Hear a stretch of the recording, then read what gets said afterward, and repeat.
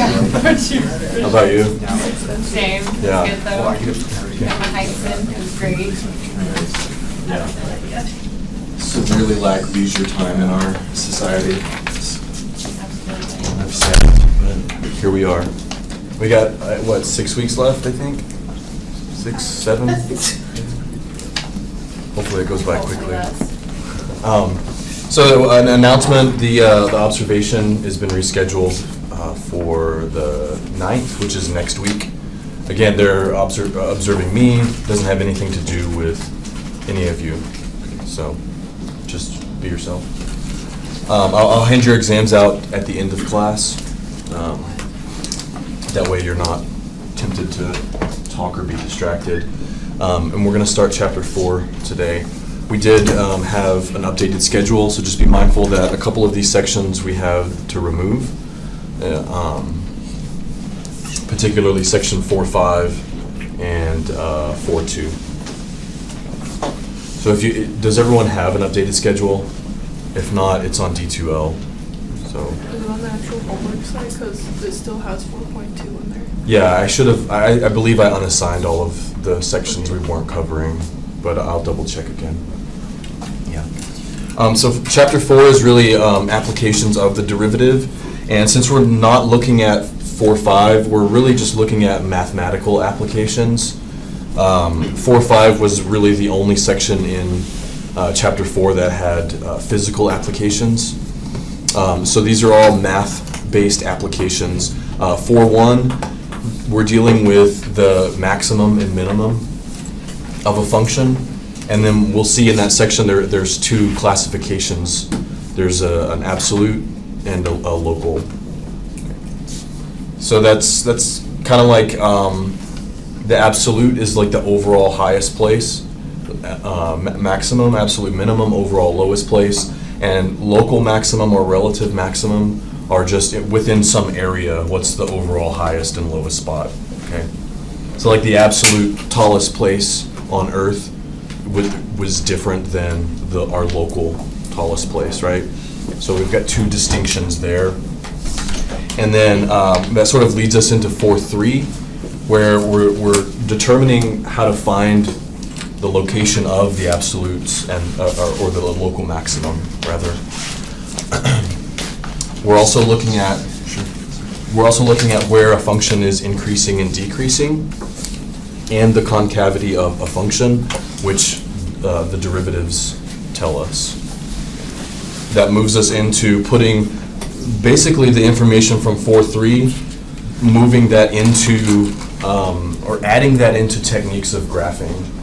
So 4.3 transitions very well into 4.4. And then we'll cover linear approximations and differentials. And so all a linear approximation is using the derivative to approximate a function. And just a visual representation of that, like if I had a function that was, looks something like that, and I ask what this function value is here, maybe, other than plugging it into more maybe complicated type function, what we could do is say, well, what's the slope of the tangent line right here? I know that point touches this line, so I'll use the line to give me the function value instead of the function itself. So approximating functions using the tangent line. 4.7 L'Hopital's rule, which helps us evaluate other types of limits. So we do see limits in 4.7 again. And then in 4.9 we look at antiderivatives, the reverse process of taking a derivative. And 4.9 leads us into chapter 5, where chapter 5 is all about antiderivatives. There's some more technical things in chapter 5, but chapter 5 primarily the operations we're performing in chapter 5 are antiderivatives. So I'll post that on D2L if you want to reference. And 4.1 is maxima and minima. As we said, we're going to look at two different types: an absolute, often called global maximum, and relative maximum, sometimes called local maximum. So it's just a matter of language there, but we will look at both of these things. the definition for the absolute maximum minimum is, it's fairly technical, but an absolute maximum and absolute minimum is just the overall highest point on a function and the overall lowest point on a function. So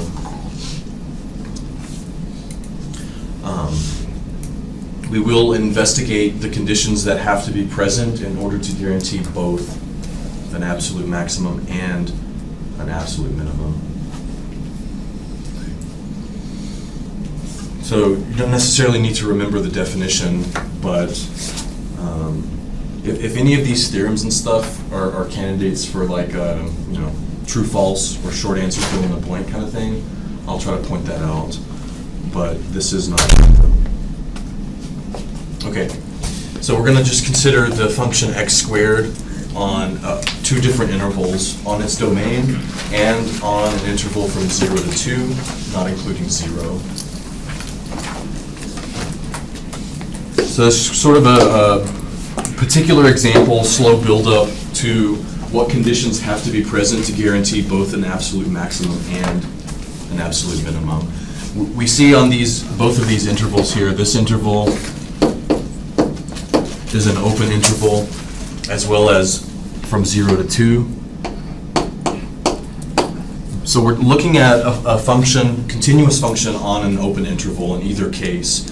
And we see in either case that here we can describe this point or this location as the overall lowest point.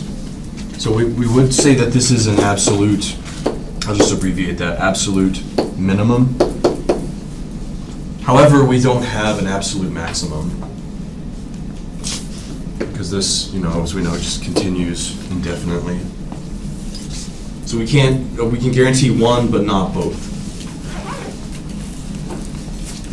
We say, well, maybe let's look at a different open interval to see if we can guarantee both. Here again, we have an absolute maximum, but we don't have an absolute minimum.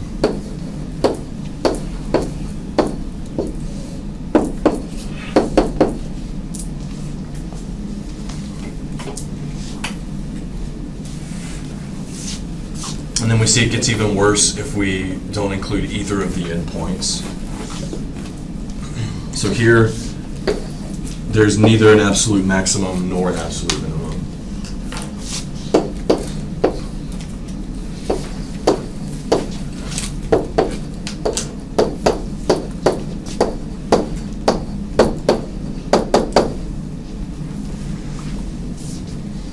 So the terminology and the definition that we kind of breezed over, when we talk about a absolute maximum or an absolute minimum, either one, we can label those or call that absolute extreme values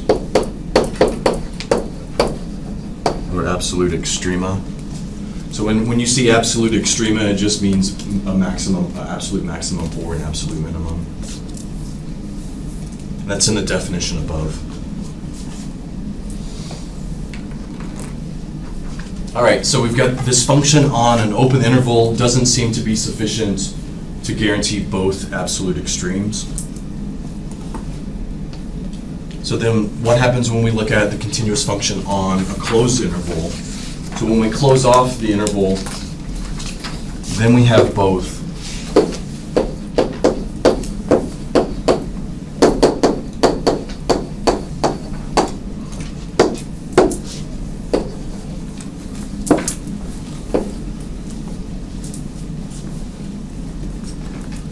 We have our absolute max and our absolute min. So when we closed off the interval, we guaranteed, at least here, we've guaranteed that both of them occur, an absolute max and an absolute min. So just with that visual example, we've concluded, at least initially, that in order to have both absolute max and min, that the function must be defined on a closed interval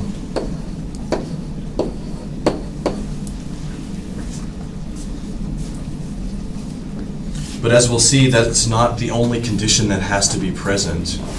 So here below are two examples that are defined on a closed interval. But what's different about these two functions? These two functions are both defined on a closed interval.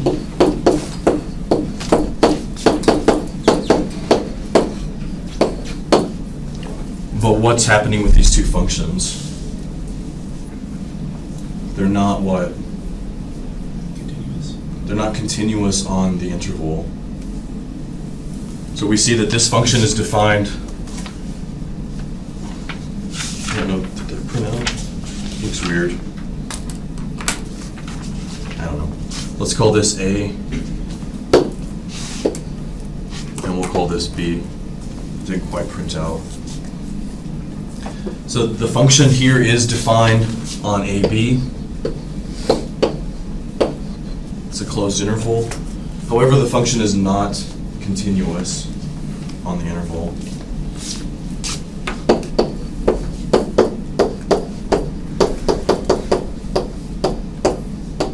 Okay. So it's defined on a closed interval, but it's not continuous. Can we determine or guarantee both an absolute maximum and an absolute minimum? No, because it's discontinuous here at the place that we could have an absolute maximum. So we do have an absolute minimum at A and B, but the function has no absolute maximum. A similar situation over here. This function, again, defined on the closed interval A to B, but it's not continuous.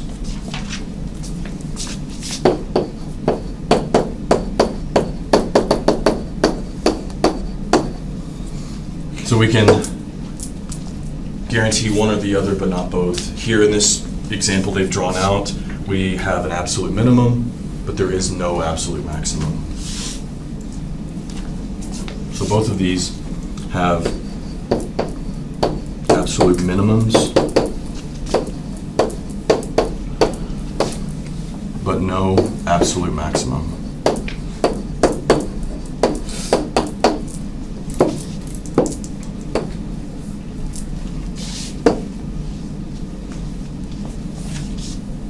So not only is the interval important, but the continuity of the function is also important to guarantee both. So in order for a function to have both an absolute maximum and an absolute minimum, the function has to be defined on a closed interval. And the function must be continuous on that interval.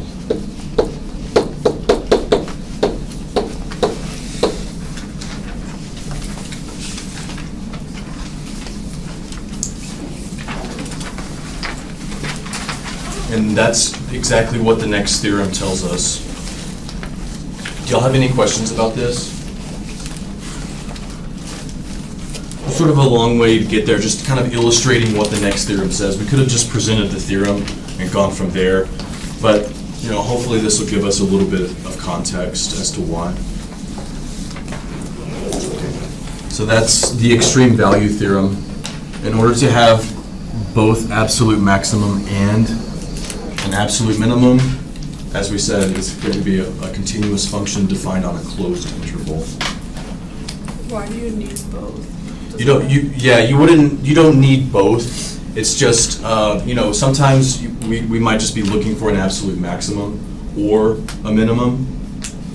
We were just looking at the conditions present to guarantee both, but often you don't need both.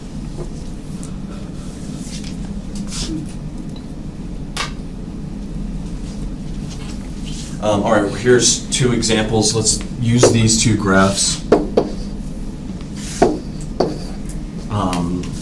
and state the absolute maximum and minimum.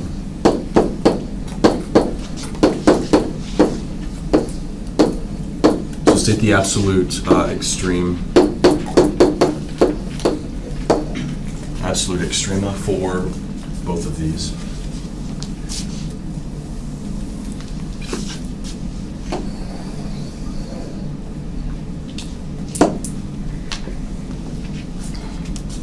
All right, function 1 has an absolute max where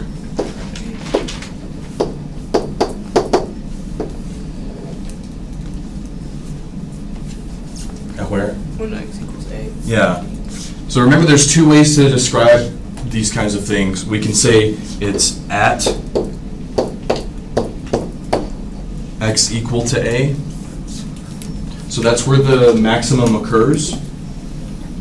But there's other questions that ask specifically for the absolute maximum value. So we just got to be careful in how they want us to express that. Okay, so we can say it occurs at x equals to a with a value of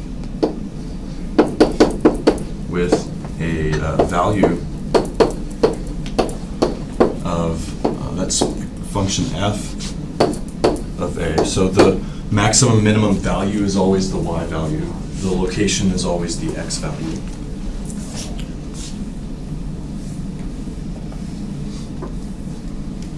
Okay, so that's this point here.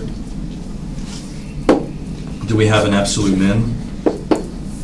X equals c.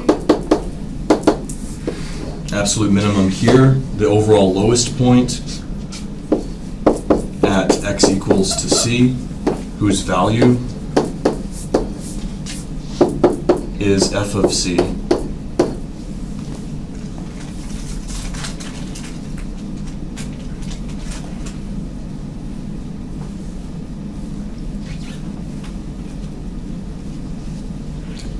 Also notice example 1, it's a continuous function defined on the closed interval, meaning we're including the endpoints. Function 2 is defined on an open interval from a to b, not including the endpoints, and it's not continuous. So there's no way to guarantee both an absolute max and an absolute minimum. Which one do we have on function 2? A max. Yeah, so this function only has an absolute maximum here. Absolute maximum at x equals to c, whose value is, that's function g, so that's whatever g of c is.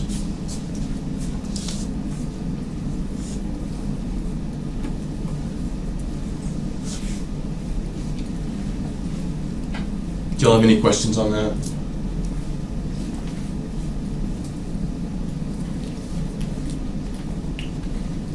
So we're just kind of getting our bearings with the terminology and what it looks like. As with other things, we move away from relying on graphs. So we will come up with a particular procedure to determine these mathematically, but for now we're using graphs to kind of get our bearings.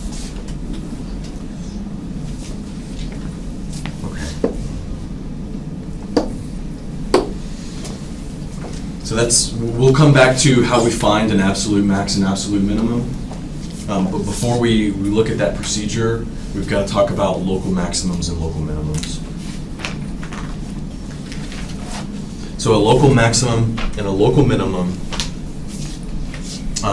we've got some interval, capital I, for which the function's defined on, and C is an interior point of the interval.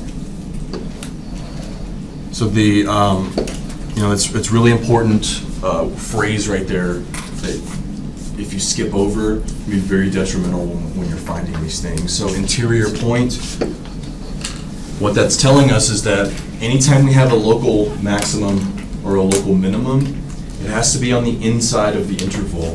In other words, a local maximum and a local minimum cannot occur at the endpoints. So local extrema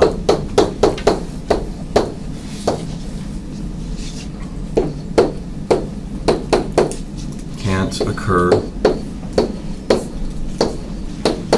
at or on the endpoint.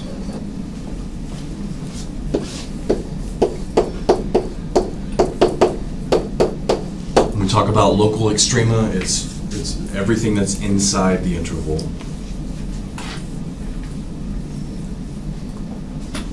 And the definition is sort of ambiguous as to what's local. Is Westminster local? is out to Boulder local. You know, like, what does local actually mean? It's kind of a relative term, and we see that in the definition. It says for all x in some open interval. So it doesn't specify what that open interval is. It just says for some open interval.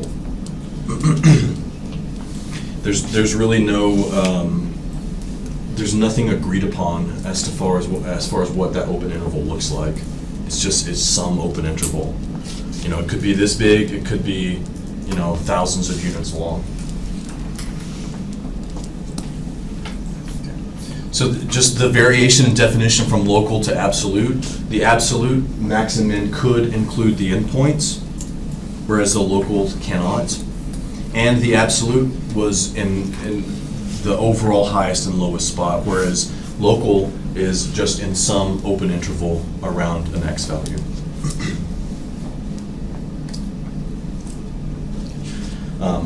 Hopefully maximum, minimum, that's still pretty straightforward.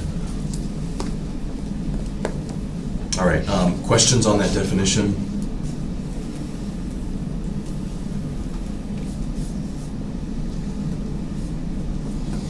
So we'll look at an example and identify all local maximum and minimum, meaning absolute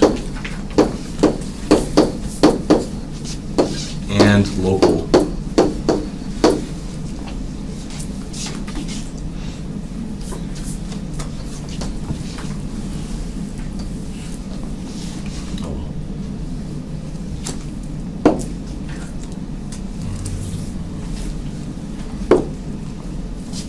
All right, so why don't we just start off with absolute maximum.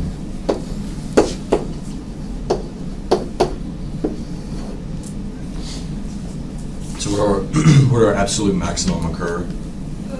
Q and S. At Q and S. So the overall highest point is here and here.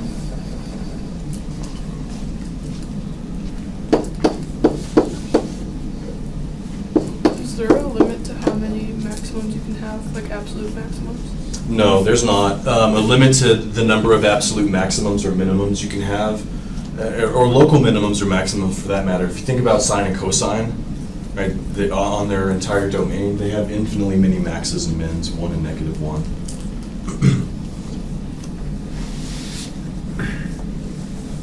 Okay. How about the absolute minimum?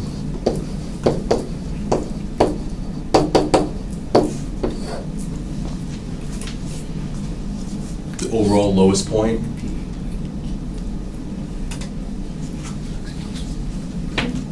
X equals to P.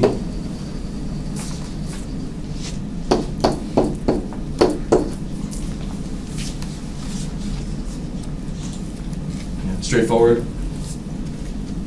All right, then how about, let's look at the local maximum.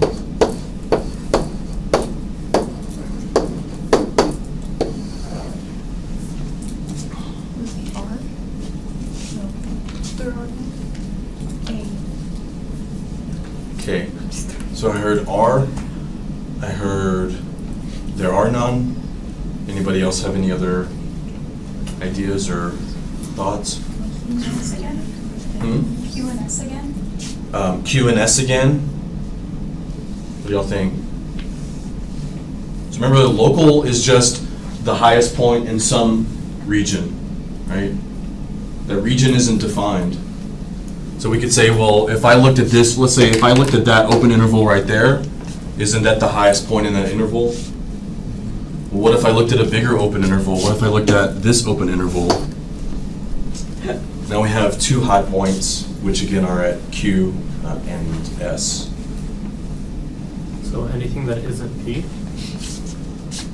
is a local maximum? Yeah. Well, no, not anything, not everything that's P, that is not P, rather. There's R's. Yeah, because R is a minimum. P is also a minimum. So everything that's increasing? Slow. Well, so we'll see that increasing and decreasing do determine where maximums and minimums occur. but we're not really looking at that right now. We're just saying within some region, what's the highest point and the lowest point? We're not looking for the absolute highest point. We're not looking for the absolute lowest point. We're just looking within some region, what's the highest point, what's the lowest point. Here, again, it just happens to be at Q and S. Oops.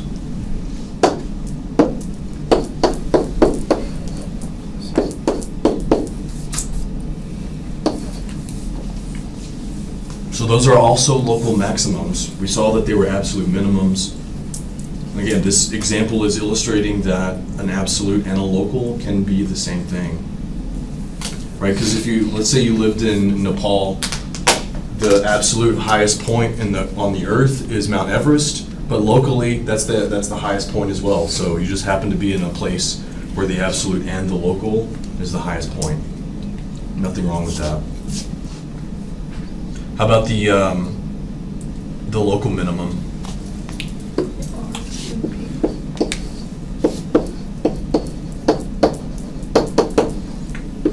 So say that again. X equals to R. With x equals p. Okay, what do y'all think about X equals to R? Is that a local minimum?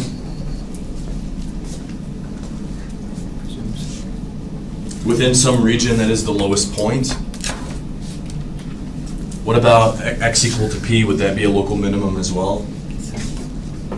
Yeah, because within some other region, maybe this one, that's the lowest point.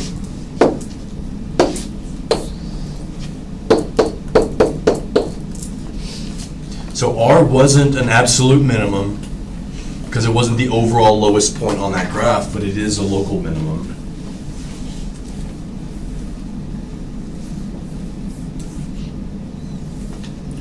Would we classify A or B, a local minimum or a local maximum? No, they're the endpoints. Locals cannot occur at the endpoints. Okay. Do y'all have any questions on that? Why can't you include endpoints? That's just the definition of local minimum, local maximum.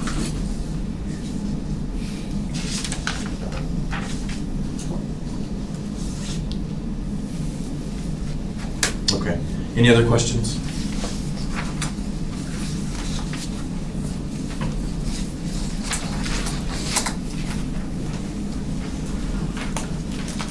All right, so then we have a local extreme value theorem. Don't confuse this with the previous theorem, which was the absolute extreme value theorem. Here we're talking about local extreme value theorem. And what it says is,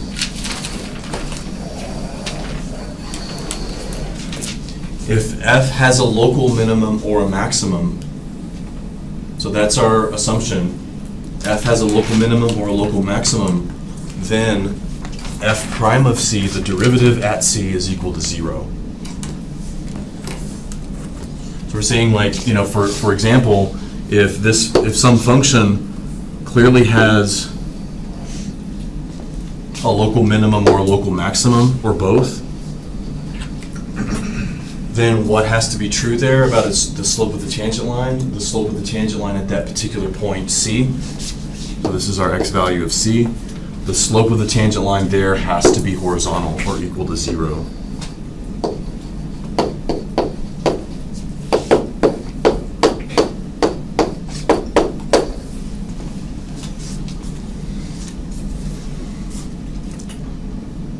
Okay, that's if we know the function has a local max or a local minimum.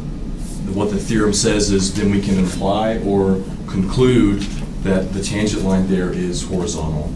Okay. It's really important that we don't read that the other way around. So the converse of this theorem is not true. The converse of a statement is when you take the argument and just flip it around. So let's write out the converse of this theorem. The converse of theorem 4.2 says if f prime of c is equal to 0, then f has a local minimum or maximum.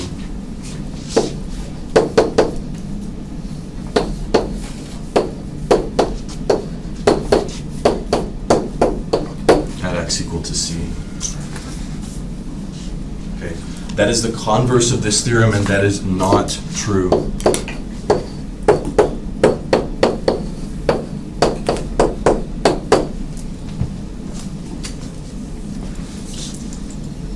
So if we know there's a maximum or a minimum, then we know the tangent line is horizontal.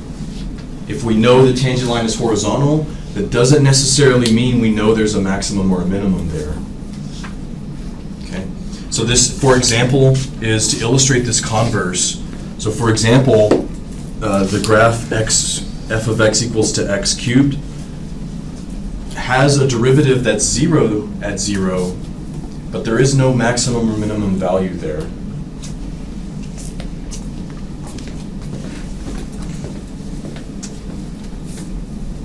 So let's put that graph in here.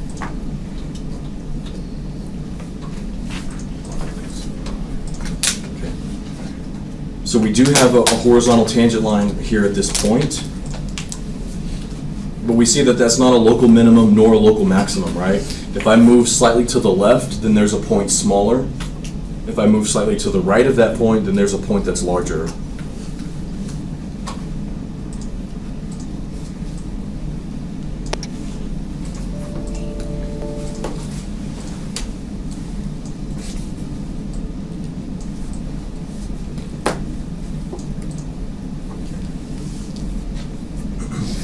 We'll look at, maybe we can discuss it as we move through this, but it's more in 4.2 where we talk about where a local minimum or a local maximum occurs. How do we know for sure? But what we need to take away from this is just because you've got a horizontal tangent line doesn't mean you're going to have a local maximum or a local minimum. Okay, and there's just one example to illustrate that.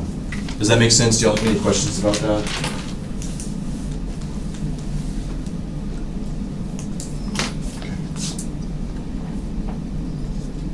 Okay. However, if the function does have a maximum or a minimum, a local maximum or a local minimum, then we know that the tangent line is horizontal. Okay. So it's just like it's a one-way street. It's not it doesn't work the other way.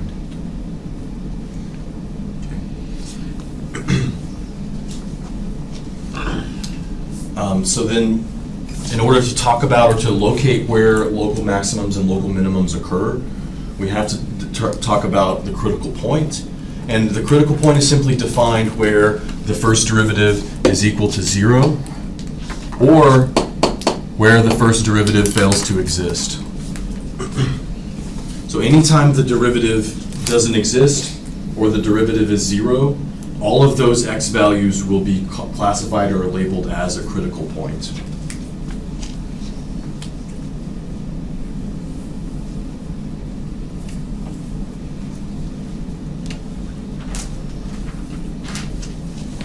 Critical points are the x values where the derivative is 0 or undefined. So these two functions, we see that for any particular function, we can have a local minimum or a local maximum occurring at places where the function is undefined. Okay, so here the derivative wouldn't exist. Here we've got a sharp corner, the derivative also doesn't exist, but we can still label those, as in that previous graph, we can still classify those as local minimums or local maximums.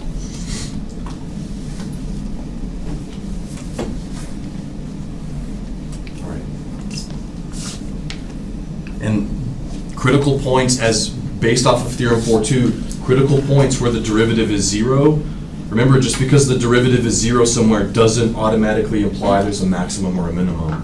So critical points are only candidates for possible maximums and or local maximums and local minimums. Okay? So just gotta remember that. Critical points are only candidates for local max or local min.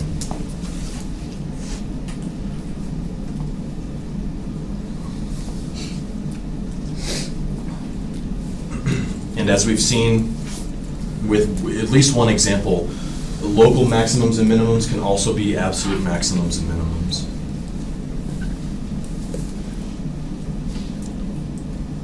All right. Now Well, that's a lot of information pretty quickly. Does anyone have any questions, comments? Can you say that again?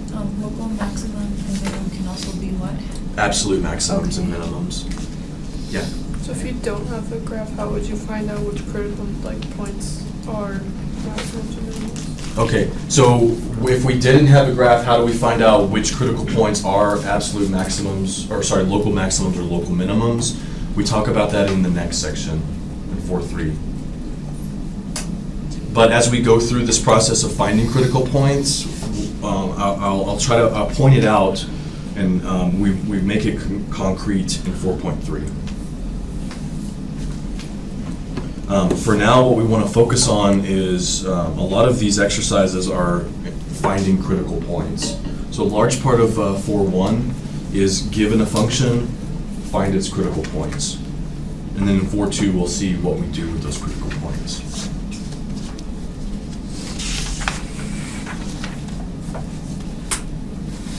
Oops.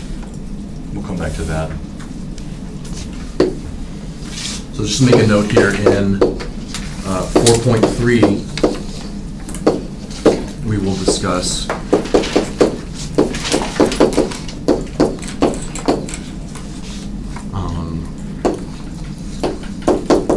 which critical points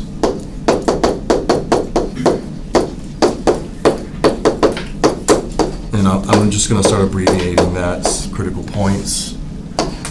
In 4.3, we'll discuss which critical points are local extreme values.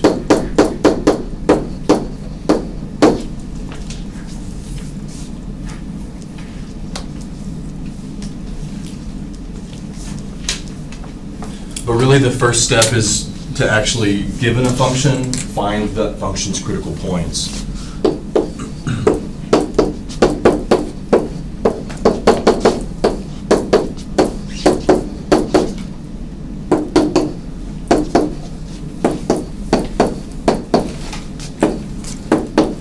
So really the first step here is to be able to locate critical points. So we'll look at some examples of that. Also, remember when we looked at that one particular graph, the absolute maximum and absolute minimum could also be the local maximum and local minimum. So we're going to kind of take a detour and look at the realm of local maximums and minimums, because that is a part of the process in finding absolute maximums and minimums. All right, so the examples that follow, our instructions are find the critical points.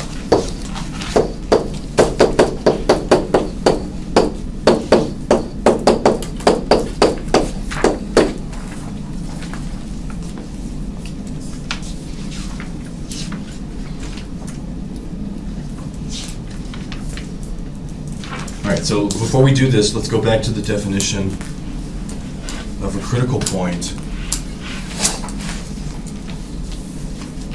And just pay really close attention to the wording here. It says a critical point is defined as an interior point. So again, what does interior point mean? Not exactly an endpoint or an interval. Not an endpoint. So the critical point is an interior point of the domain of the given function. So critical points have to be inside the domain of the original function. Let's go ahead and note that there. Critical points must be on the inside, meaning not the endpoints of the domain.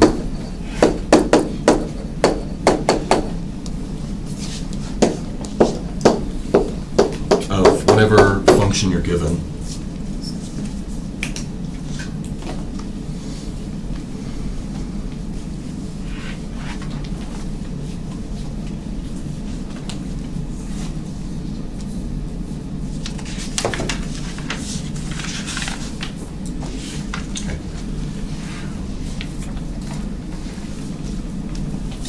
So our first example, find the critical points of the function f of x equals to 3x squared minus 4x plus 2.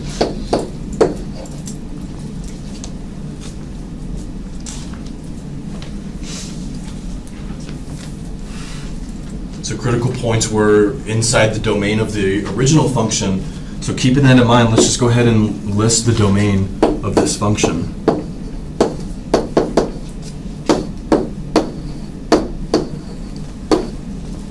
But really anything we have to pay particular attention to here, because the domain is all real numbers, it's really those functions who have restricted domains that you want to be careful in what you classify as a critical point, because they have to be on the inside of the domain. Sometimes when you solve the derivative, you get points or x values that are outside of the domain of the function. So you have to throw those away. You can't classify those as critical points. So remember, the critical points were defined as one where the derivative is 0, or where the derivative is undefined or does not exist.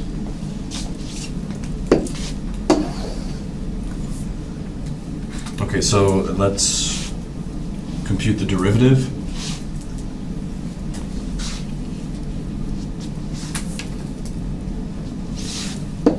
So it's always the first step in finding critical points. Find the derivative. So it's going to be 6x minus 4. And then we have to take the derivative, set it equal to 0, and solve for x here, and determine where it's undefined. So that one's pretty easy here. Is our first derivative ever undefined or does not exist anywhere? No. The first derivative is linear. It's defined everywhere.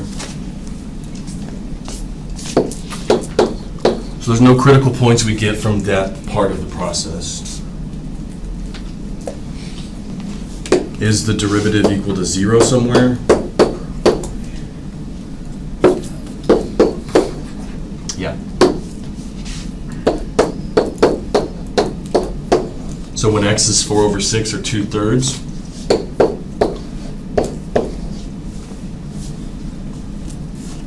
when the derivative is 0.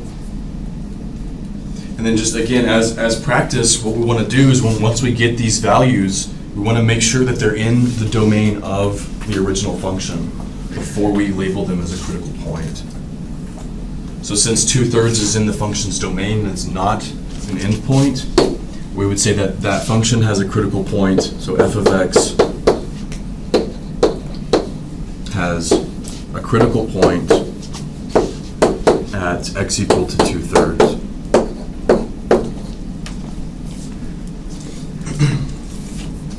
So remember, we said that critical points are candidates for what?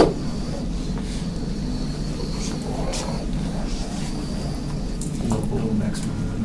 Yeah, so critical points are always candidates for local maximum or local minimums.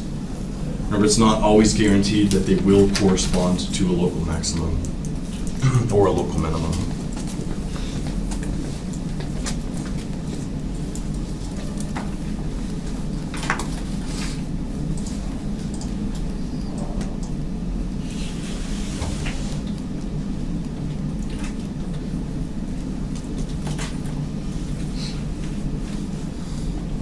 Okay, so there's our original function. We said that there was a critical point, a candidate for a local minimum or a local maximum when x is 2/3. So there's our x value of 2/3 right there. Now, clearly, when we look at the graph, we can say, oh, well, that corresponds to a local minimum. But the way we actually determine without looking at a graph, as we said, is mentioned in 4.3. We'll just kind of, we'll point these things out just so when we get there, it's not anything new. But we're not addressing how we know that right now, other than we can look at a graph. But we're moving away from looking at a graph. So this is, just think about this as like something that you keep in the back of your mind. Where we're stopping at is labeling the critical points they're candidates for maximums and minimums. And in the next section, we'll talk about, once we have the critical points, what do we do to determine if it's actually a maximum or a minimum there?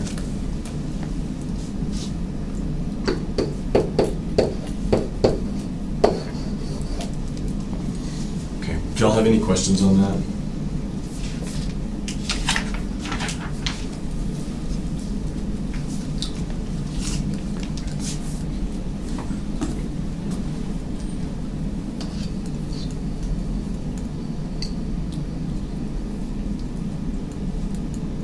We probably do one more on this page.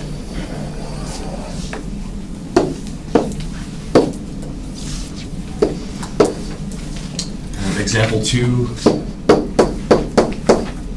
f of x is x over x squared plus 1.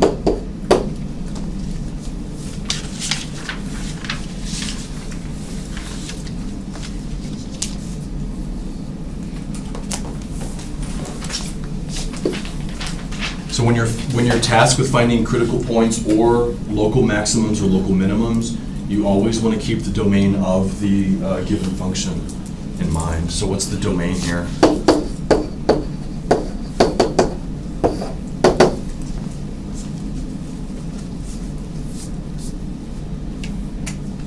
From negative infinity to positive, not including negative 1. Okay, close. What happens if x is negative 1? It'll just be positive 1 to the squared. Yeah, then we have the denominator is negative 1 squared, which is 1 plus 1, so we're dividing by 2. So just, if you need to check that, is x squared plus 1 ever 0? Only when x squared is negative 1. Only when x is positive and negative I, which isn't a real number. So is there any real number that causes us to divide by 0? No. So the domain, therefore, is all real numbers. If that were x squared minus 1, then yeah, we would need to exclude some things.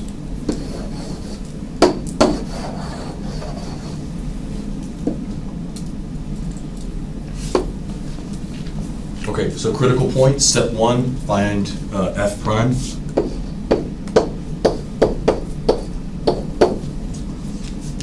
So this is just a quotient rule. If you want to verify, negative x squared plus 1 over x squared plus 1 squared.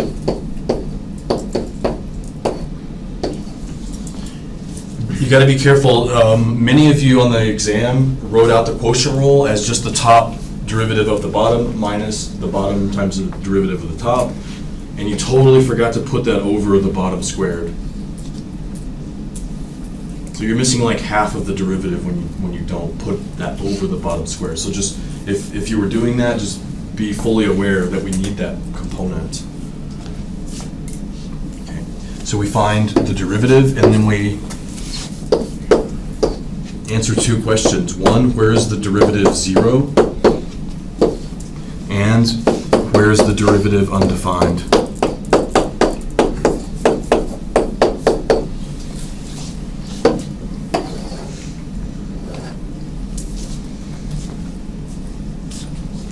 Okay, so where is the derivative 0?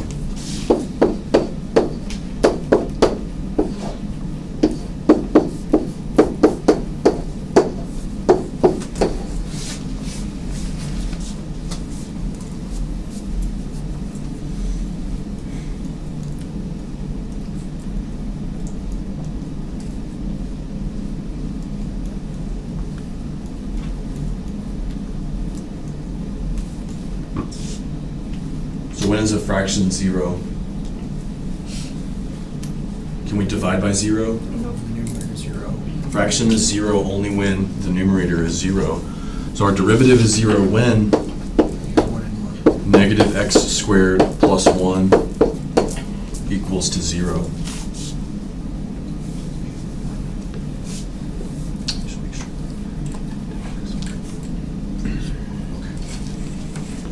And that's 0 when x is what? Right. Okay, so those are the x values when our derivative is 0. Again, before we call those critical points, just go quickly reference the domain of the function and make sure that these are interior to the domain. Okay. Since 1 and -1 are inside the function's domain, then these are critical points.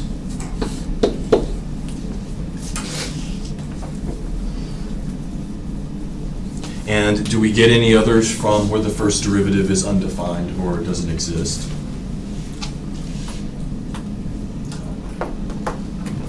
So we're just asking the question, is this function undefined anywhere?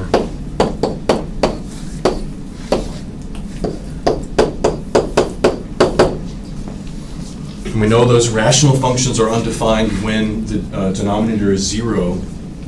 So we've already discussed x squared plus 1 is never 0.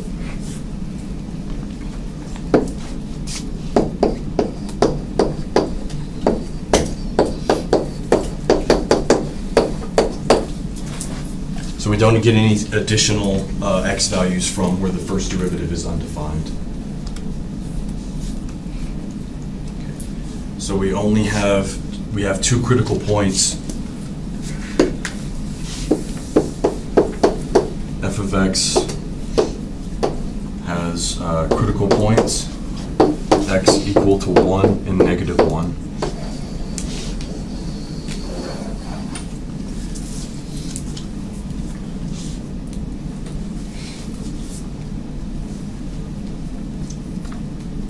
Does that make sense? Do you have any questions about that?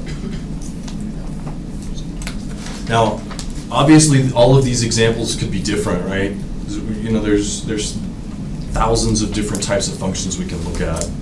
So now we start to see the importance of being able to simplify the derivative, because we've got to start solving when the derivative is equal to 0.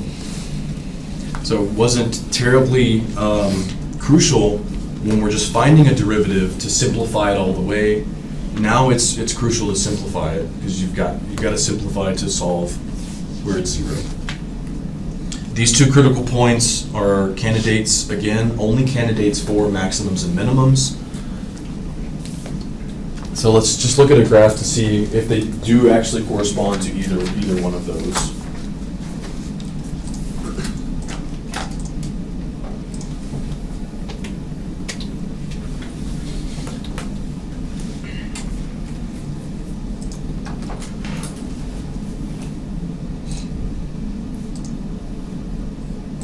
And so maybe looking at this graph, it's not totally clear if there are maximums and minimums there. But we know that those 2 points are candidates for a local max and a local min. So sometimes looking at a graph isn't even helpful.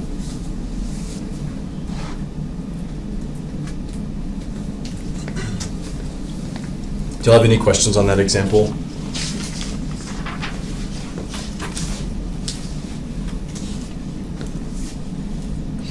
Okay, we'll look at 2 more examples of critical points.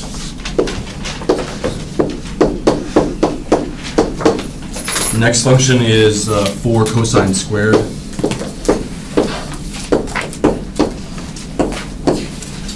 On the interval 0 to pi.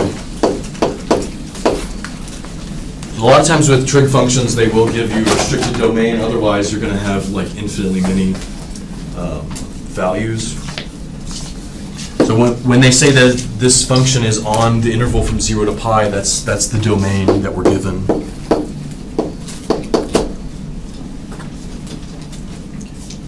All right, so let's take a minute and find f prime, which is the first derivative.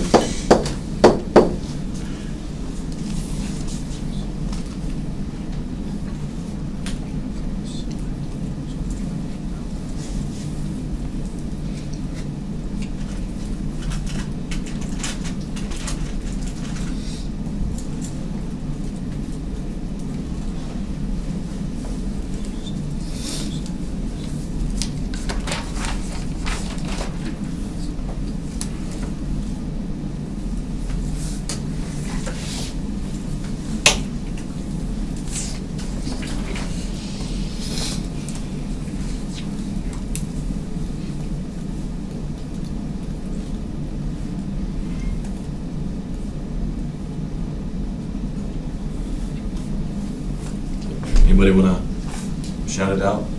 4 sine squared of x. Do what? 4 sine squared of x. 4 sine squared. Okay, how'd you get 4 sine squared?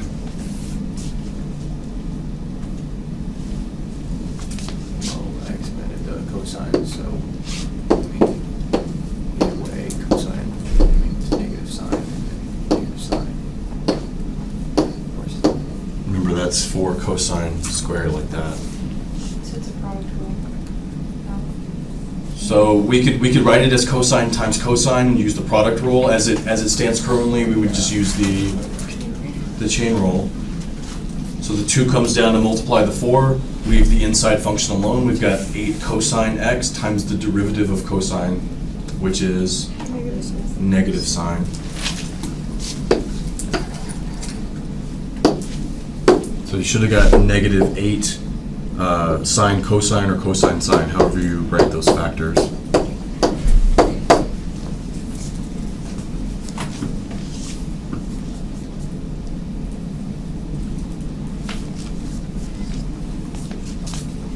Then we answer 2 questions. Is the first derivative undefined anywhere? No, sine and cosine, product of sine and cosine is defined for all real numbers. So this isn't going to give us any critical points. When is the first derivative equal to 0?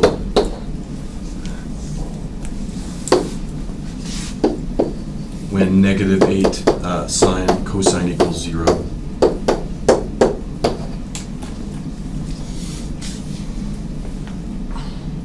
Well, that one's pretty easy. There's nothing to simplify. It's already factored out for us. So this, our first derivative is 0 when either sine of x is 0 or cosine of x is 0. And when is sine 0?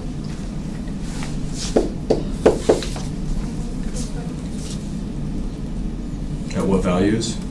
X equals to 0. X equals to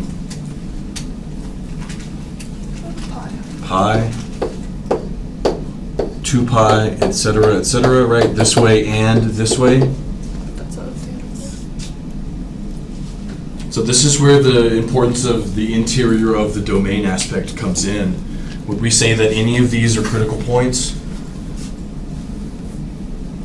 Well, first of all, 2 pi isn't even in the domain they gave us, right? So the 2 pi and everything out that way, we're not even going to consider, nor were we going to consider any of the negative values. What about 0 and pi? Are those critical points? No, why not? Because they're the endpoints, so these endpoints cannot be critical points. These are not critical points because endpoints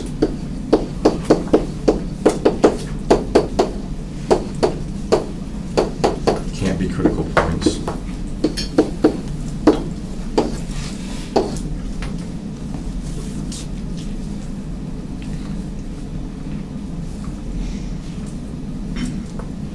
Okay, so there's, nothing there contributing to critical points.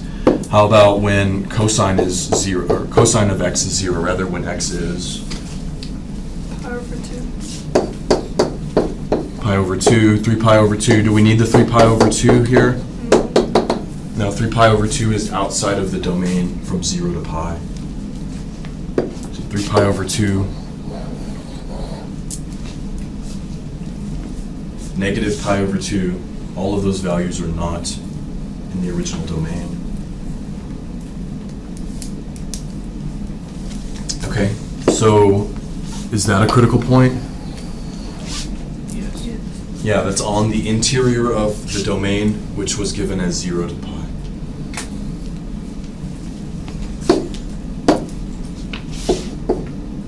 That's whatever. F of x has a critical point at x equal to pi over 2. And on the homework it asks if it's a maximum or minimum, so how would you? Okay, would so it just be a max? Yeah, so the homework it asks if these are, if the critical points correspond to maximums or minimums. So you're just gonna have to graph the function. So let's graph for cosine.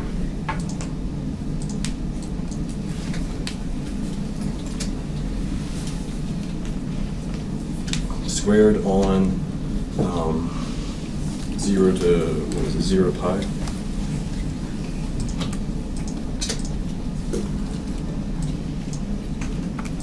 Okay, so there's 4 cosine squared. We came up with a critical point at pi over 2. So again, initially our work would say, well, that pi over 2 is a candidate for either a local minimum or a local maximum. Then we'll just look at the graph and we see that when x is pi over 2, that corresponds to a local minimum.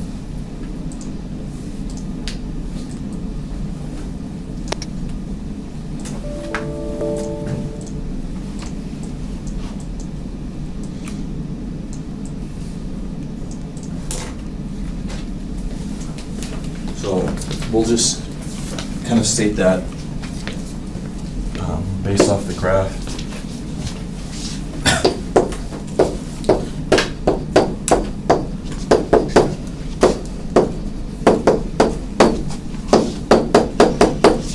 F of x has a local maximum, local minimum.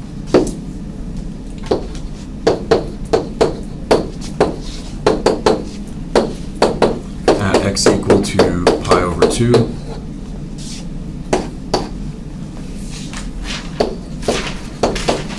Whose value is f of pi over 2, which is 0. So minimum at x equal pi over 2, the value is 0.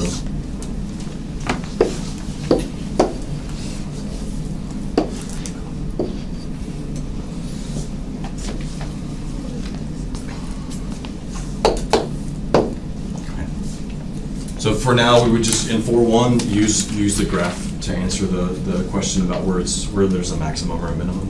It says I got it wrong, even though I did that. Oh, I was got your this. derivative right? It's the same exact question. Oh. What number? 12.1.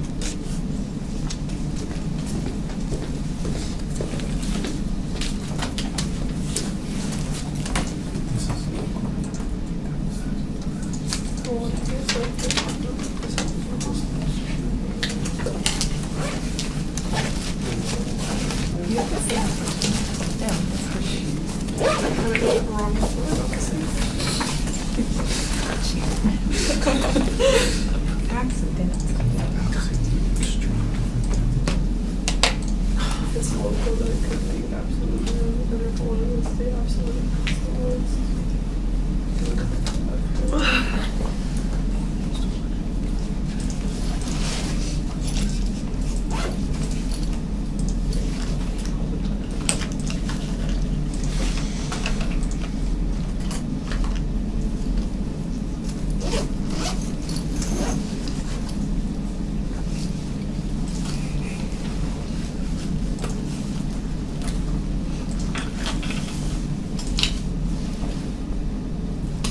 Let's think about that. Yeah, because that'll be what, -6 sine cosine. yeah, it's gonna be essentially the same.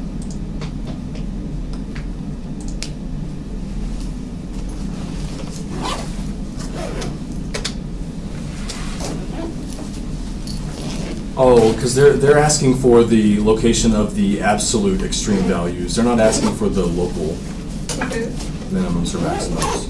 but on the graph, wasn't that the absolute in that interval?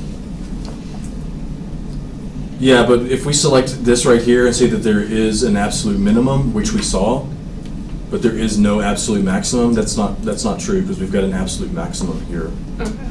So when we select that option, we're wrong because there's an absolute max. So we'll look at an example of determining absolute max and absolute mins right now, but again, finding the local is part of the process. So we could come back to this, but for now, we just wanted to find, just be careful of the instructions, find the critical points is all we're doing right now.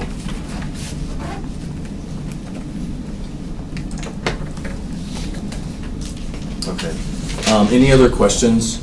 So really where we stopped is right here. That's where we're stopping at. We're just, in addition to that, we're looking at the graph so that when we look at section 4.3, we already have some of these pieces tied together, but really that's all we're doing here.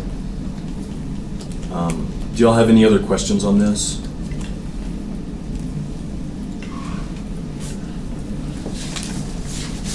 Okay, I've got, maybe one more example of finding a critical point, and then we'll look at how we find the absolute max and mins. But let's take a break before we do that. That'd be cool. Yeah, I think I want to look at one more example of critical points, and then we'll talk about how to find absolute maximums and minimums.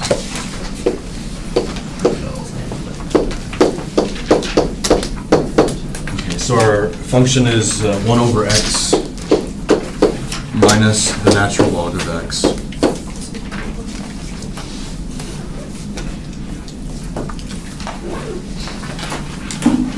So at some point you're going to have to think of the domain, because you've got to know the domain before you label critical points. So let's just start off by listing the domain of this function, 1 over x minus ln of x. What would the domain be? 0 to infinity. 0 to infinity, not including 0. Do y'all agree with that?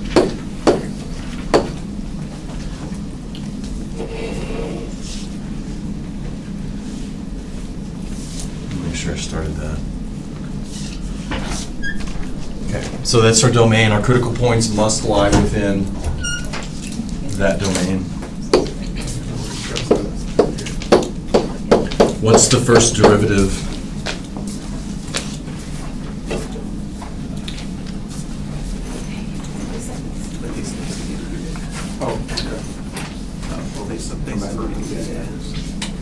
What's the derivative of 1 over x? -1 over x squared. Negative 1 over x squared. Derivative of the natural log? 1 over x. 1 over x.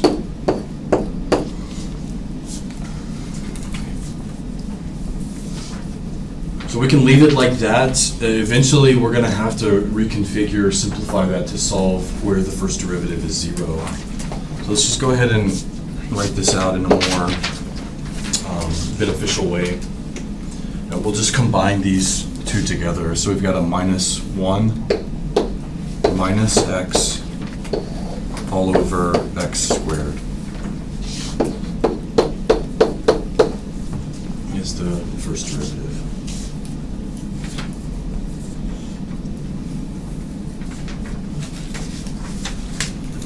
Okay, so then we're looking at 1, where the first derivative is 0.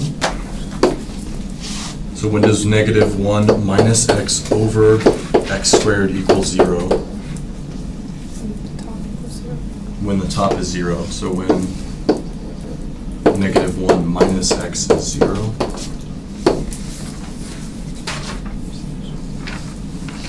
So negative 1 minus x is 0 when x is negative 1. Is that a critical point? Okay. No, between 0. Right, because our domain is 0 to infinity. This value lies outside of the function's domain. This one is not a critical point, since it is not in the domain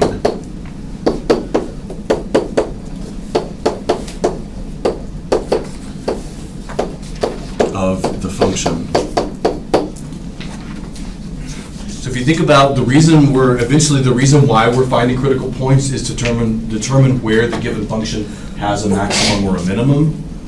Anything outside of that function's domain, there's nothing going on there, so it doesn't make sense to describe things where your function's undefined. And so that's not a critical point. How about where the first derivative is undefined?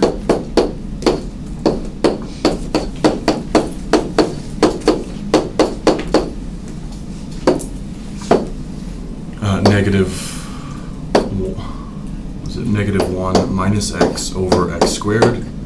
So x squared equals 0. Yeah. This does not exist when x is equal to 0. Again, is x equal to 0 a critical point? Mm-hmm. No, but this is the endpoint of our domain that's not included anyways. This one is also not a critical point.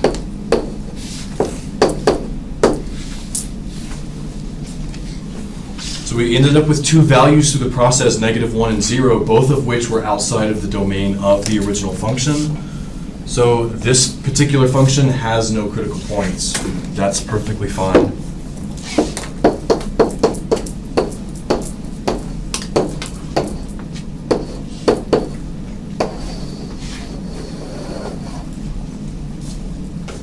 Which means as far as candidates for local maximum and local minimum, there aren't any candidates for local maximums or local minimums.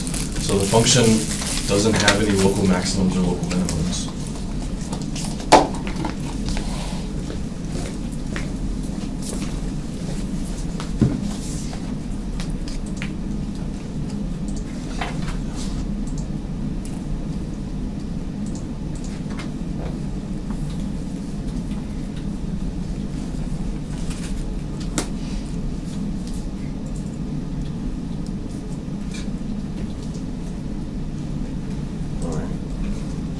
Try that a third time's charm.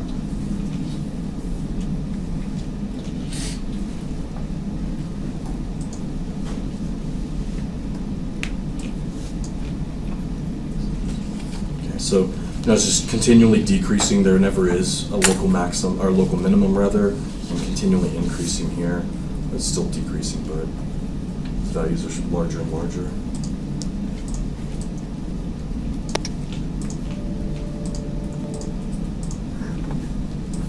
No candidates for local minimum, local maximum. There aren't any local minimum, maximum.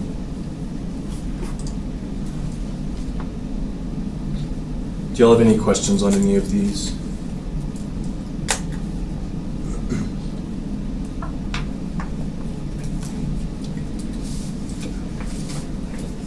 All right, so then the procedure for locating absolute extremes, absolute min, absolute max.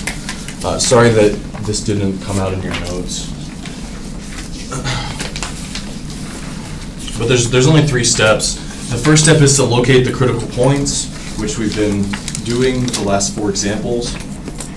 The next step is to evaluate the function that's given to you at the critical points and at your endpoints. Remember, for an absolute max and min to exist, you have to have a continuous function on a closed interval.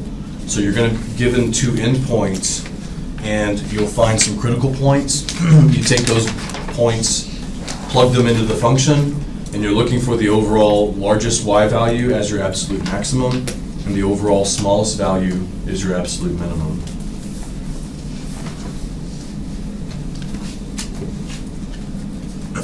So more or less, it's kind of 1 step removed from what we were just doing. The only difference when we're finding the absolute extreme is then we're going to plug the endpoints and the critical points into the function to see what the outputs are.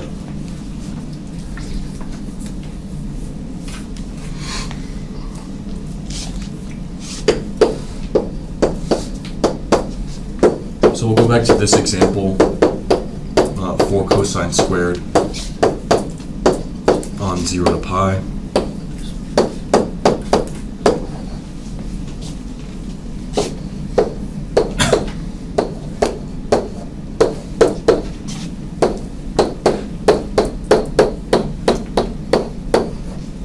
So we have 1 critical point, which was a candidate for a local minimum or a maximum. All right, so that's step 1, locate the critical point or points. And then to determine the absolute maximums and minimums, we evaluate the original function at the critical points and the two endpoints given. Thank you. All right, so that's step one.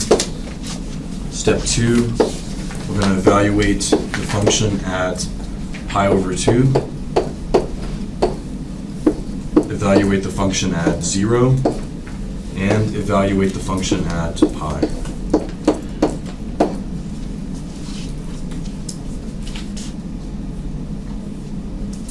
So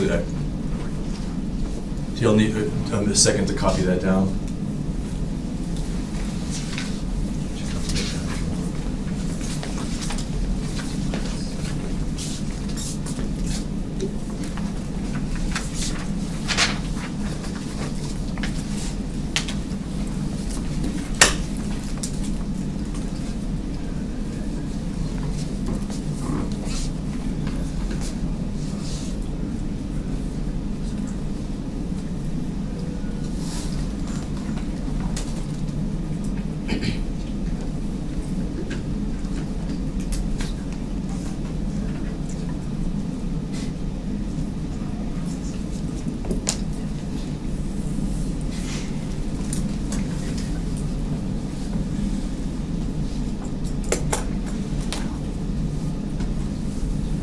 We know f of x is a continuous function defined on a closed interval. Therefore, we can guarantee both an absolute maximum and an absolute minimum.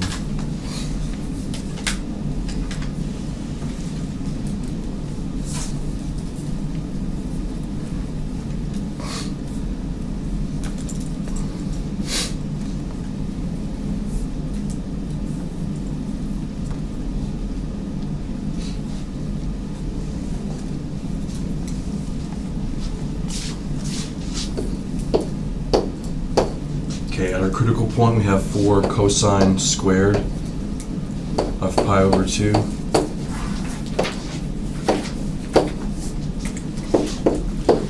Which is 4 times 0 squared, 0.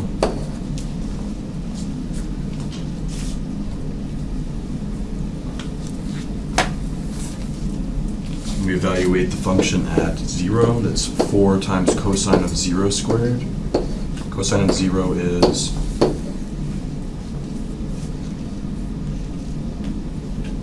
1.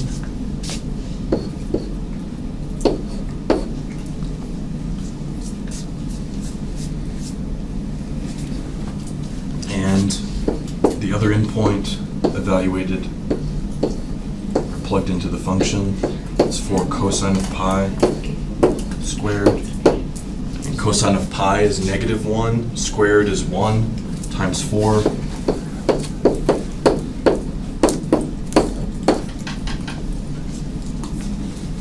so we've got 3 values to compare. This value, and this value. So we take the largest of the value to be the absolute maximum.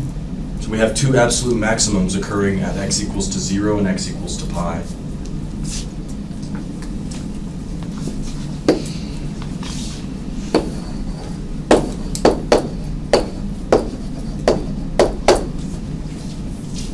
And 1 minimum occurring at x equals to pi over 2.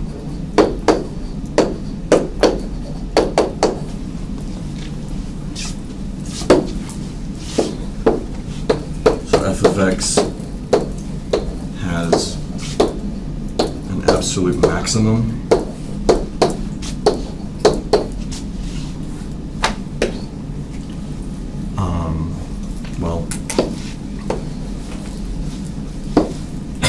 at x equals to 0 and x equals to pi,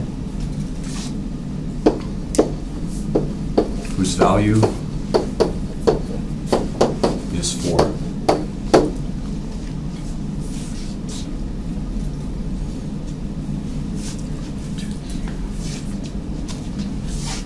And f of x has an absolute minimum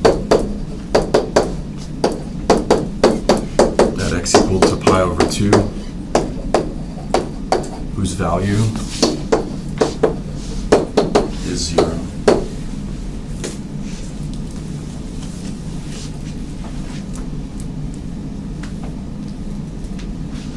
Does that make sense?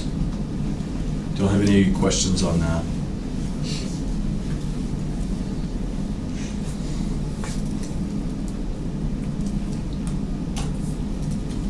All right.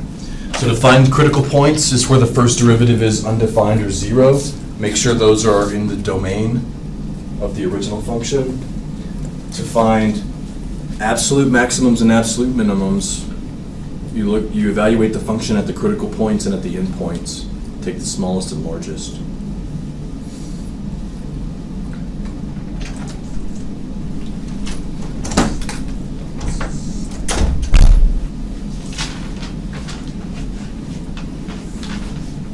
So our choices, it's got both absolute minimum at pi over 2, value of 0, absolute maximum. We've got 2 x values, separate with a comma, at a y value of 4.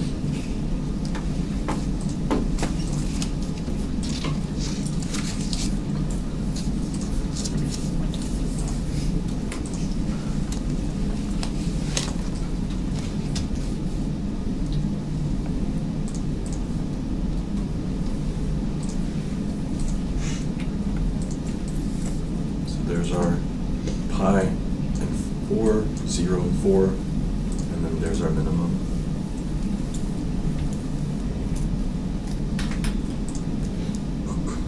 Okay. Any questions on any of this?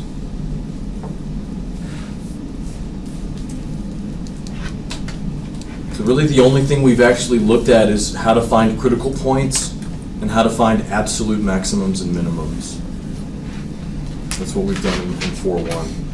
In 4.3 rather, we'll look at how we find the absolute minimums, local minimums and local maximums, in addition to other information about the function.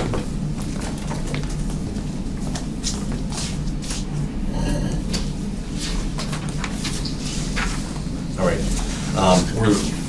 Theorem 4.7 is kind of illustrated visually, at least in some sense, with these 2 graphs above. And what it says is that we've got a continuous function that's differentiable in some interval. It says if the first derivative is larger than 0, if the first derivative is positive at all points in that interval, then f of x, the original function, is increasing.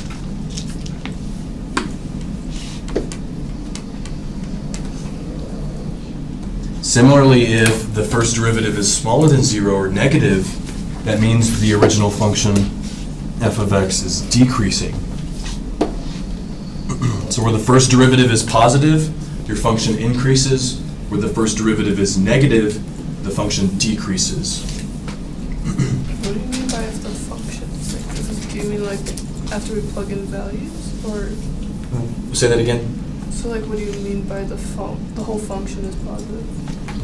So what do we mean when we say the entire function, the entire first derivative is positive? It's on a certain interval that we're looking at. Okay, it's just the interval is positive. Yeah. Okay. So this kind of goes back to solving inequalities. And the idea of that is, if you think about a simple function like maybe a linear function or a quadratic. And if we're thinking graphically, where would this function be positive or greater than 0? Where would it be negative or less than 0, right? So this function is positive at all of these x values and at all of these x values. This function is positive for all of these x values.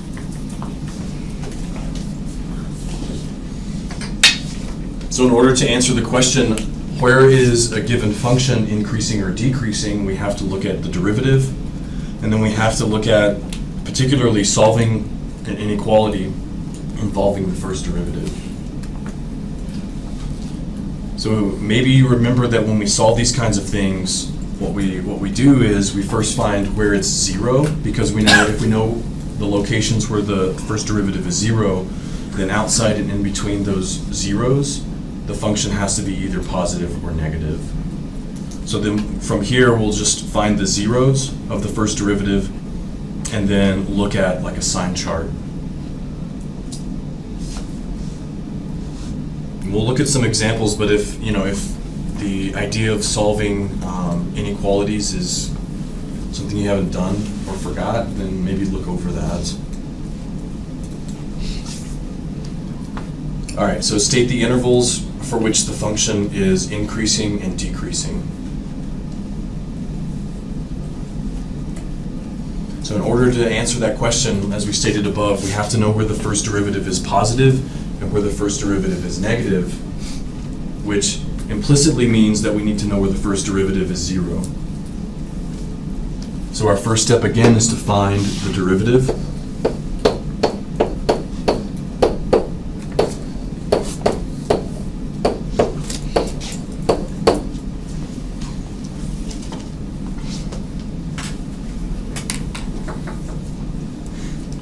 A lot of times with like a simple derivative, like a quadratic, for instance, or a linear, thinking about the graph or graphing it might be really efficient. But for most other things, graphing it is highly inefficient. So our process is to simply say, all right, well, where does my first derivative equal to 0? So that's kind of our second step. First step is to find the derivative. Second step is to find where the derivative is 0. Where does 6x squared plus 6x equal 0?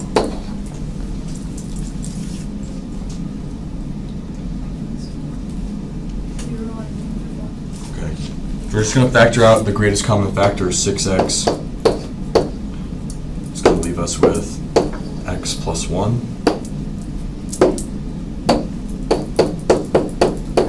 Multiplying to give us 0. So our first derivative is 0 when 6x is 0, or when x plus 1 is 0.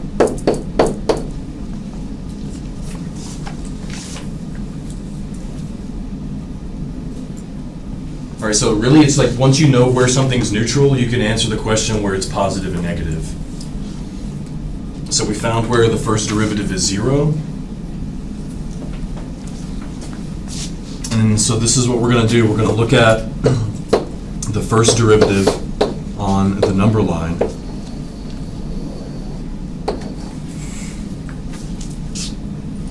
The values where the first derivative is 0 are kind of giving us a partition or splitting up the number line into various regions. So here's -1, and here's 0.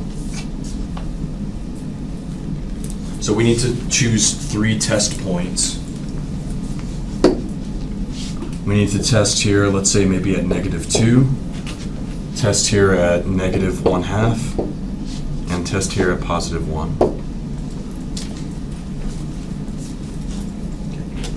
Keep in mind that we're still focusing on the derivative because we're still trying to answer the question where the first derivative is positive and negative.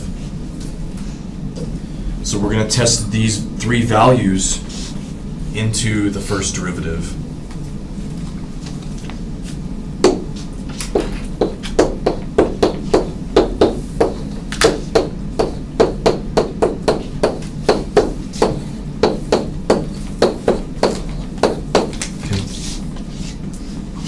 So we're going to evaluate f prime at -2,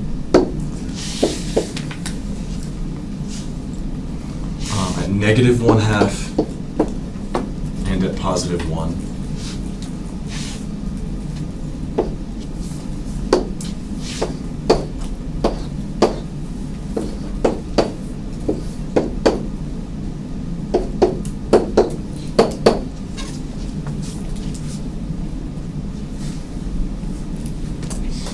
Does that seem vaguely familiar to some of y'all?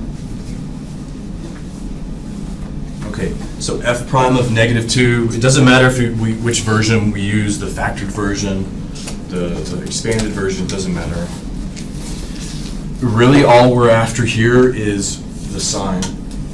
or the outputs, are the outputs of the first derivative positive or are they negative?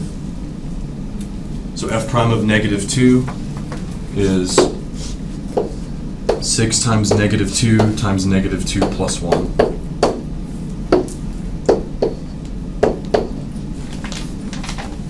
So we have negative 12 times negative 1.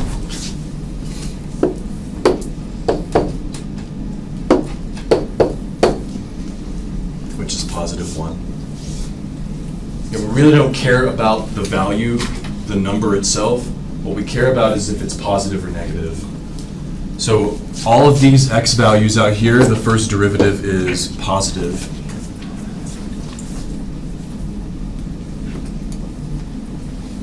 How about f prime of negative 1/2?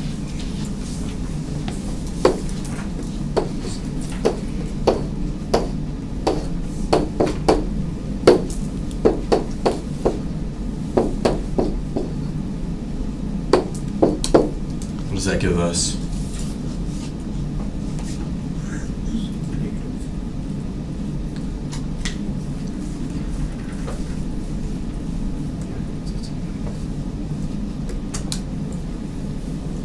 There's negative 6 over 2 times this negative 1/2 plus 1, negative 1/2 plus 1 is positive. This number is negative. Positive times a negative is a negative. So the first derivative is negative here. And we know it's not changing signs because we've already found where it's 0. And then f prime of 1. 6 times 1 times 1 plus 1.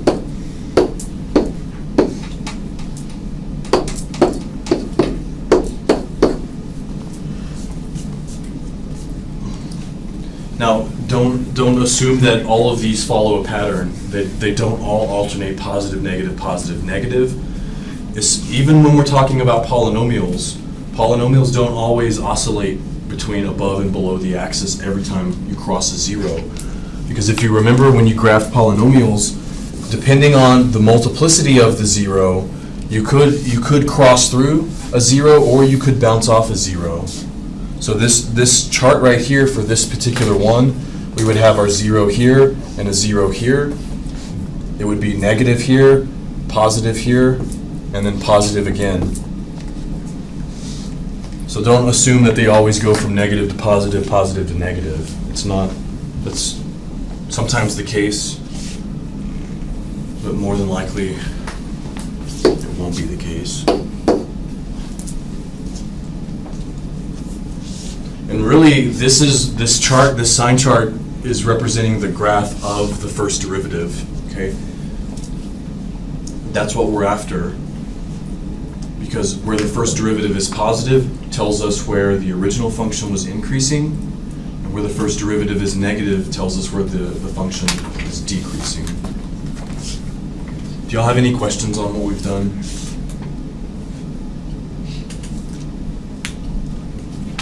So on the exam, don't just stop with this table.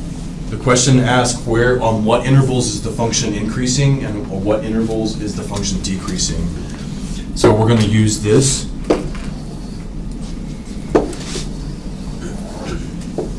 That chart is going to tell us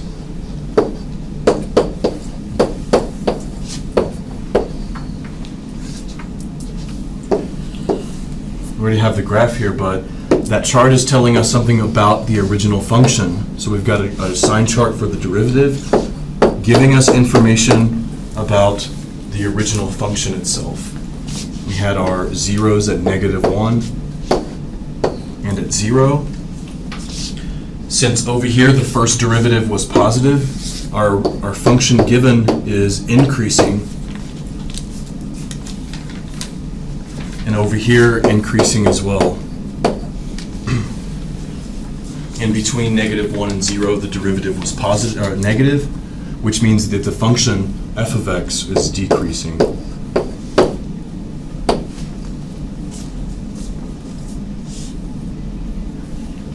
So, depending on how many zeros of the first derivative you have, it can be a significant amount of work, but 90% of the time, it's so much better than having to graph the first derivative to answer the question.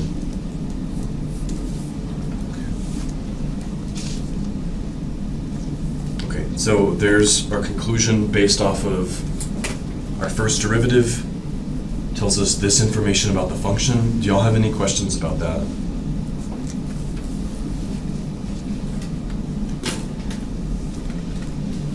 Okay, so let's then, to finish the problem, actually describe the intervals where f of x is increasing and decreasing.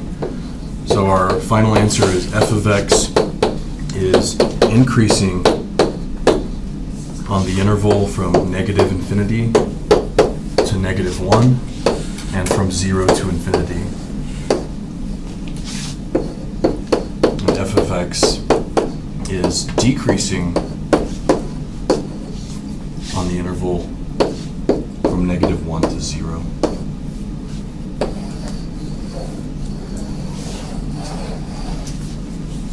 So that's our answer. Again, on the exam, don't just draw the charts. Actually list out like we have here.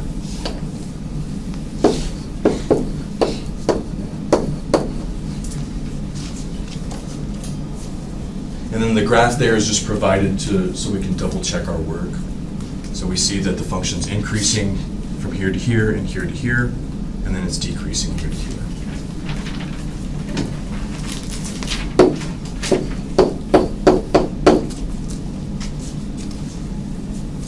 So we know from like algebra or pre-calc, if you're given a graph, it's easy to answer the question about where it's increasing and decreasing, but that's not, we're just given a function here.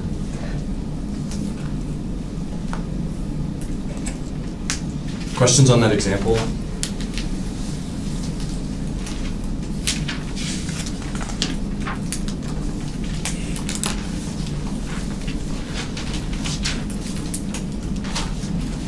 All right, you all try this example. We want to know where that function is increasing and decreasing.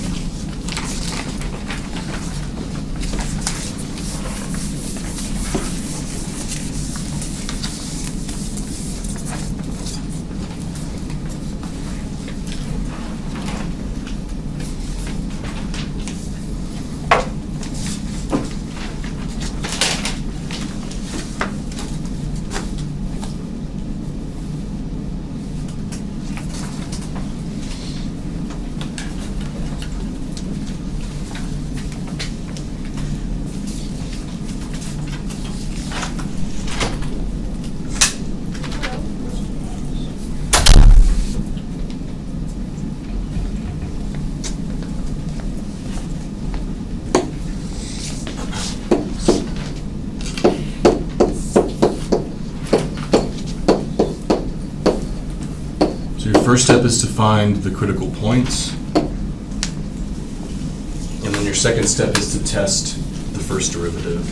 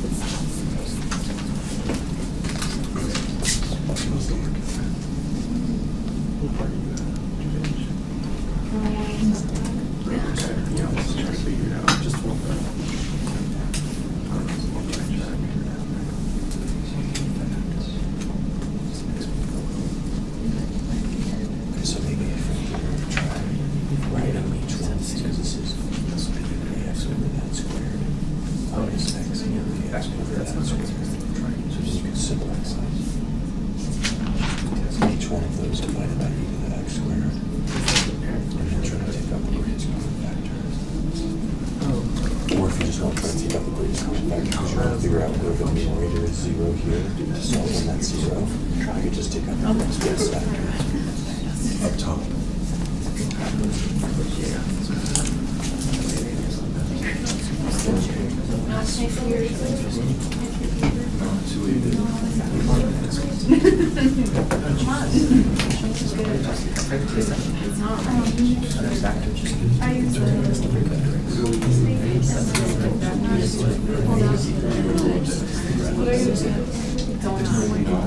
So can I take a number and raise it to him? I'm not sure what's going on.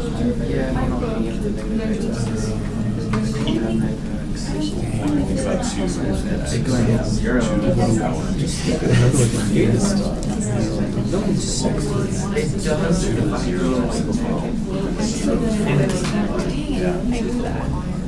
Otherwise, it's 0 just gives us 1.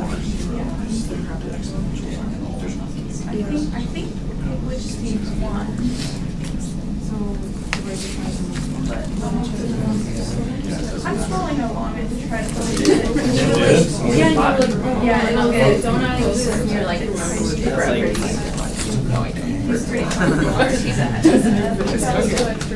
Oh my god. Maybe Can we just focus on negative Get so close. Oh my gosh. That is so much stuff.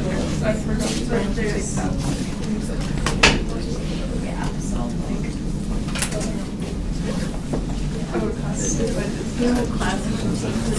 What?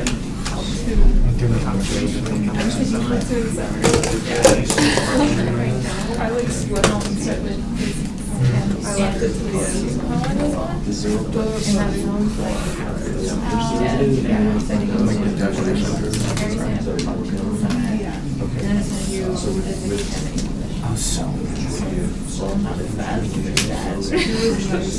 What English class? Yeah. I took the second one.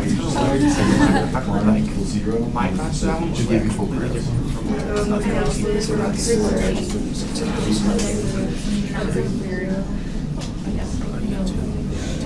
statistics. Yeah, I had a he's like, no.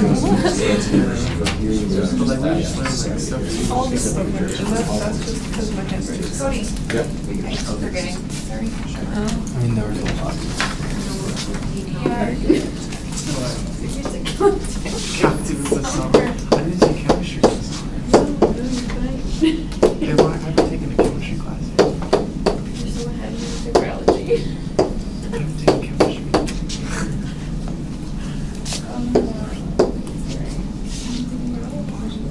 Guys, I do this shit. You could make the X and then times negative X. Or do X times negative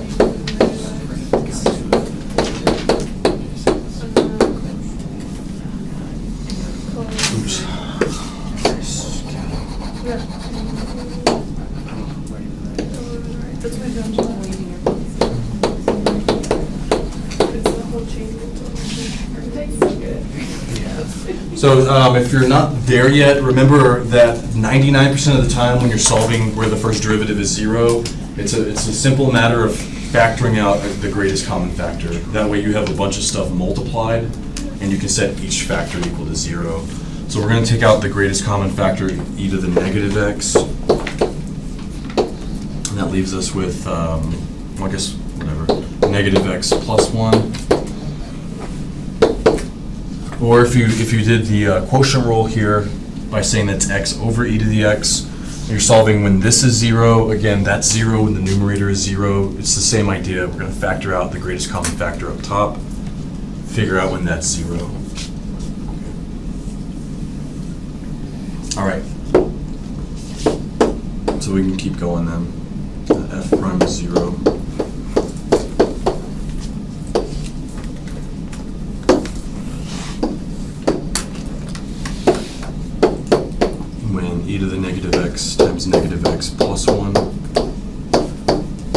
0. And so the two factors multiplying, you just set both of those factors equal to 0.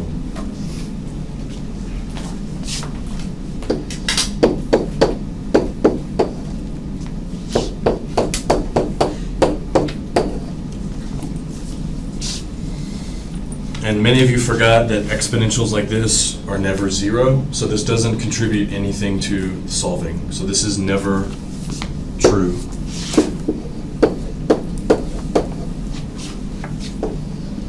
Remember the graph of exponentials here, the negative exponential is going to look something like this.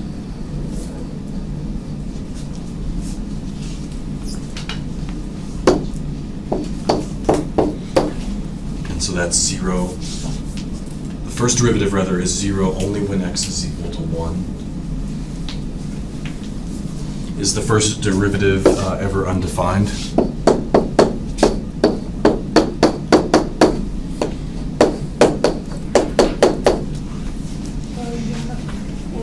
Because the domain is from 1 to 5. Okay, are you looking at this one? No, Or the that one? original. Oh, so we want to, the first derivative, though. Is the first derivative ever undefined? No, because it's just exponential, product of exponential and linear. However you look at those two functions, their domains are all real numbers. The domain of the original function, you should have had that in your mind, because in order to classify something as a critical point, it has to be in the function's domain. The domain here is all real numbers. The domain for the first derivative is all real numbers. So there are no values here for which the first derivative is undefined.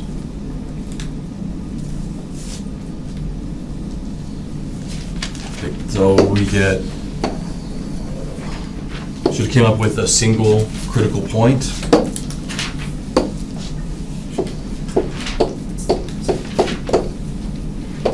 That you're testing on the first derivative.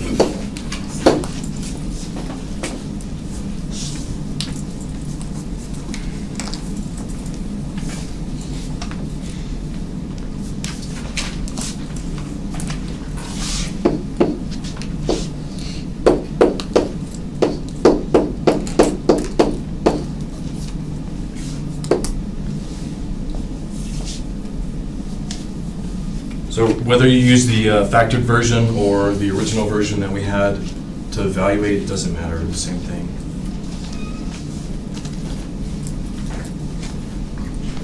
So we're going to choose, let's choose 0 and 2.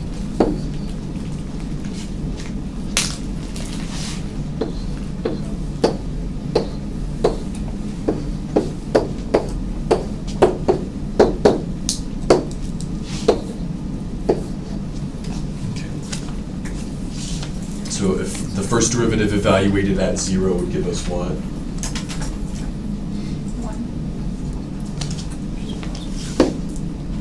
Positive 1. Do y'all agree?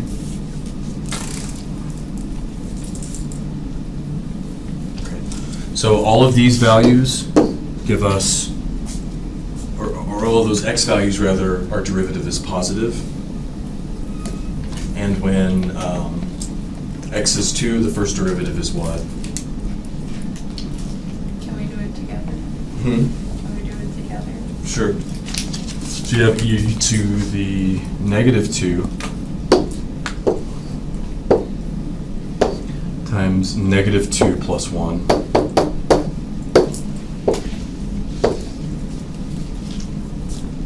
would it be negative e to the negative 2, so it would be negative, so decreasing? Mm-hmm. Yeah.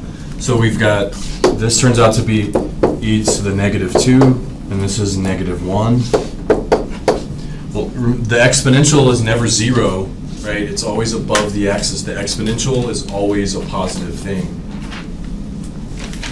Just because it's raised to a negative power doesn't change the fact that it's positive. Oops. Well, okay, I'll just... Could have gone back to this right here. This thing is always positive.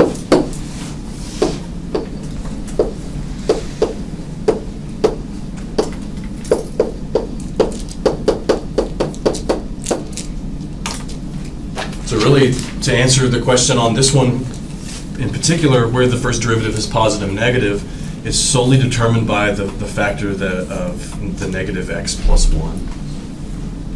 Because the e to the negative x is always positive.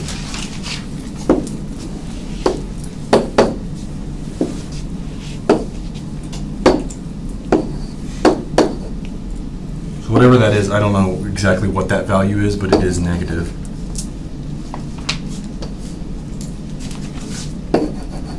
So it's negative there.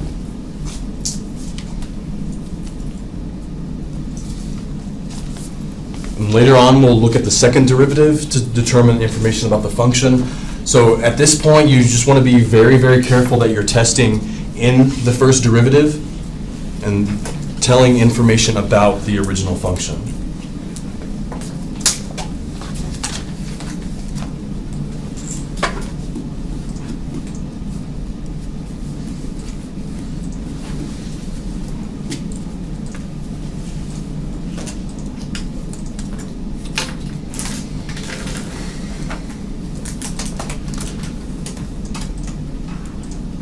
All right, so all of that work gives us this chart here for the first derivative.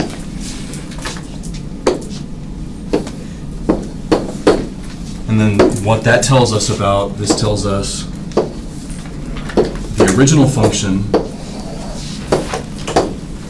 is increasing here on this interval and decreasing on this interval.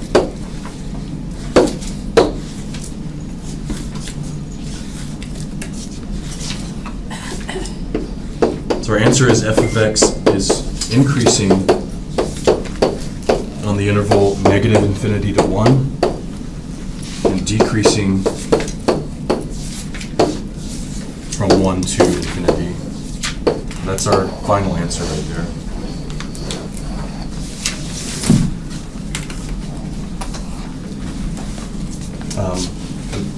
We'll put the graph into our notes next time. But do y'all have any questions on that? We'll keep working with this. But please try to keep up with the homework, because when we look in start 4.4, we start graphing functions based on these ideas. So try to keep up with the homework as we go along. It might be faster just for me to call your name and to come up as to try to work my way through. So if y'all could try to keep it down as we leave. The exam key is online and the blank exam is online too. Uriel?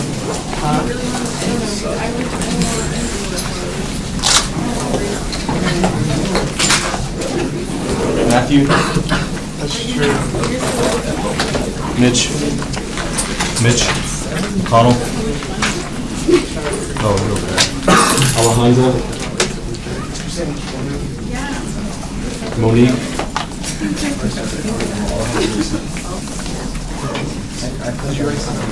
Michael? Rosario?